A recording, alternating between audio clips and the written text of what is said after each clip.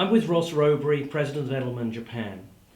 Ross, would love to get your perspective from an international audience's standpoint. What should they know about communicating in Japan? Hi, Simon. Let me raise 3 points. First of all, the general media market. The media in Japan is 95% national media. There is very, very little regional media. What that means is that the news of 120 million people is being crammed into the 48 pages of a newspaper or the broadcast time. And that means that it is comparatively much more competitive for ink space or broadcast time than we see in more diversified media markets like the United States or Australia or even Europe. Secondly, Tokyo is a city of 35 million people. Our Edelman office here is right in the center of the city, but it is a very easy city to get around, and so therefore the default is a face-to-face meeting. Whether you're dealing with the media, whether you're dealing with influencers, whether you're dealing with stakeholders, email and phone calls are less preferred than a face-to-face meeting.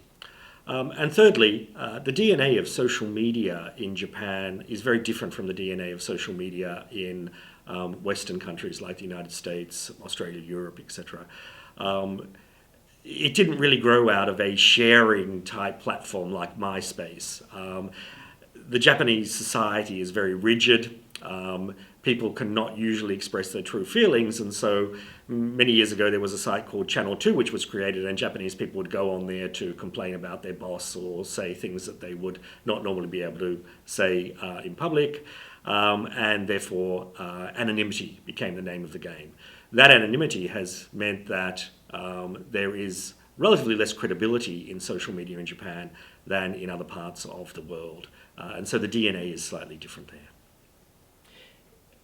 When it comes to things that are unique about Japan in terms of communicating, the press club system is one of the things that comes to mind. Is that something that international companies need to be thinking about? How's that changed over time? Yeah, the press club system is often very complex to explain, but I always try and explain it simply by saying it's the military press corps, and in fact it was General MacArthur who extensively used the press club system during the occupation here in the mid-40s. The press club system is more for the local institutions to be engaging with the local media. I think foreign players here have a much more diverse range of media that they need to consider engaging with, not just the members of the press club. Is there anything else that you would point to, again, as things that are unique or different about Japan that people that may be surprising? One thing that surprises us often is that we often get requests from companies in the United States or Europe to put out press releases in Japan in English. And I think it's pretty intuitive, but one of the things about Japan is the English language skills are not as high as even other Asian nations, even China. And so really communications in the Japanese language is essential. Great. Ross, thanks very much indeed. Thanks very much, Simon.